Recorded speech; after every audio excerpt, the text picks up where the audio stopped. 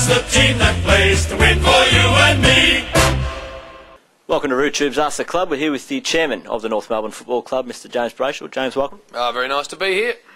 First one, how are we going to get more people to the games?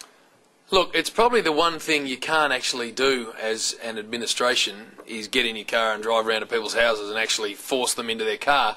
What you've got to do is you've got to make it an attractive package for them to want to get in their car and go to the game. So you might have played the game properly, and I think our club do. They're exciting, they're attacking. You know, we've got players now that I think are really worth the price of admission. So that's a big part of it. You know, when we get rolling, I mean, the figures at the end of last year, the crowd figures were much bigger than they were at the start, and I think the same will be this year. You know, the more success you have, the more people come. But look, the reality is we're probably not going to ever be a Collingwood or an Essendon in our crowd capacity. But if we get between 30 and 45,000 to a home game as a base model, then I think we're doing pretty well. Jonathan Brown and Matthew Pavlich, two of the stars of the competition. There's rumours circulating that maybe leaving their clubs. Are we in a position as a footy club to make an offer to them? Well, one of the good things about our setup is that we've got so much room in our salary cap that we can actually afford to fit players like that in. But look, that is really a football department decision. No, that's something for Donald McDonald to sit down with Dean and with his brains trust down there and really work out their priority. And if their priority is to get an experienced key forward, then they don't get any better than Brown or Pavlich.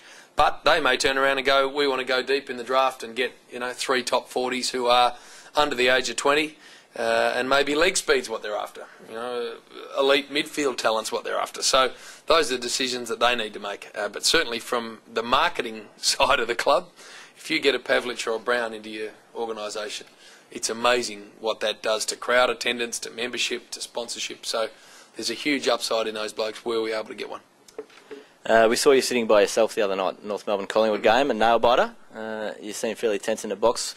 Run us through that. Why are you up there by yourself? Well, I sat in the crowd at a game earlier in the year and basically copped that much abuse that I thought I'm not doing this again. Not only, I mean, I don't mind people abusing me, it happens all the time, but more the people around you. You know, it was uncomfortable for them, and in the end I just thought, look, I've got to find a spot at the ground somewhere that's nice and quiet where I can sit and watch and not draw attention to myself and basically you know, leave everyone else to enjoy the footy the way they would. So that was really it. And I wasn't on my own. Eugene was sitting behind me, and Matty Harrington, our media guy, was there with me for most of the day. So, you know, we just found a quiet commentary box where there was no one there, and it was actually a great spot to watch. We've got 32,000 members, as you know, over 32,000, which is a club record by a long way. How can we make sure we sustain that for next year? Can it be done, and how do we do it?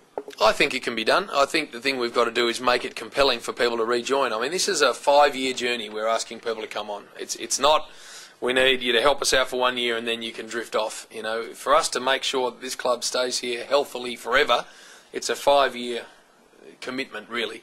So anyone who's watching who's a member and wonders where they're going to be next year, it's actually got to be a 5-year trip where you go, I'm giving this bloke and his organisation the backing they're going to need to make the stand that's going to make them secure forever.